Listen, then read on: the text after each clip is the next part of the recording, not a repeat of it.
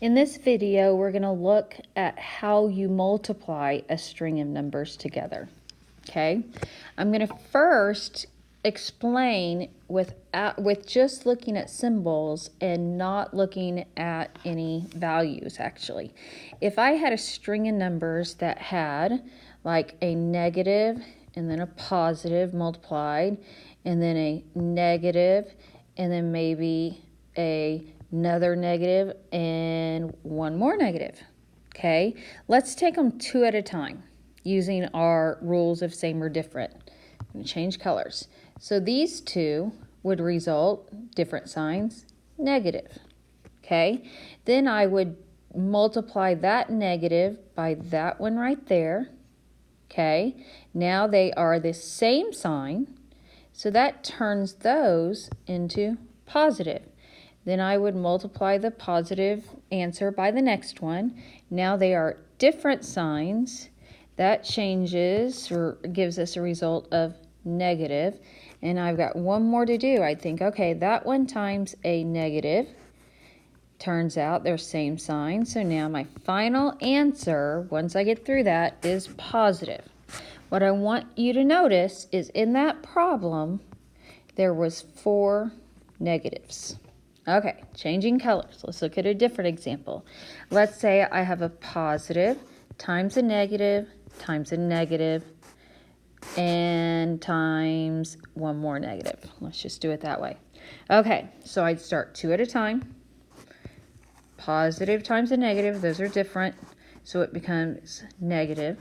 Now I multiply it times that one, and negative times a negative becomes a positive. And then that one gets multiplied by the final one. Those are now different, so it's back to negative. Remember, same positive, different negative. All right, so my final answer, because I've ran out of signs, becomes negative. Notice in that problem, there were 3 negatives. That brings us to a nice little shortcut. You can count negative symbols and get there quickly. When there is an even amount of negatives, look at what that answer turned out to be, positive. Evens are 2, 4, 6, 8, etc.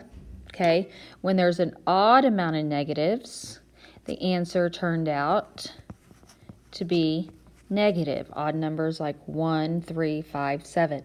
Okay, so let's look at this. Let's look at the first example. I'm going to go through and count negatives. I see 1 right there. 1 is an odd number, so now I automatically know my answer is negative. And now I'm going to go ahead and flip this order a little bit. I'm going to multiply that 2 times 5 first because that's a 10. Then I'm going to do that 10 times 10 is 100, and 100 times 7 gives me 700. Look at how I used the fact that we can change the order in multiplication to turn it into a mental math problem. Okay, let's look at the second example, doing the sign first. I count 2 negatives. 2 is even, so now I know my answer is positive. Okay, so on this one, I'll just start from the beginning. 10 times 3, that one becomes 30. But instead of doing 30 times 4, I'm going to go ahead and do my 4 times 3, which is 12. Now, all I have to do is 12 times 30, and that gives me 36 for 12 times 3, and add that 0, so my answer is positive 360.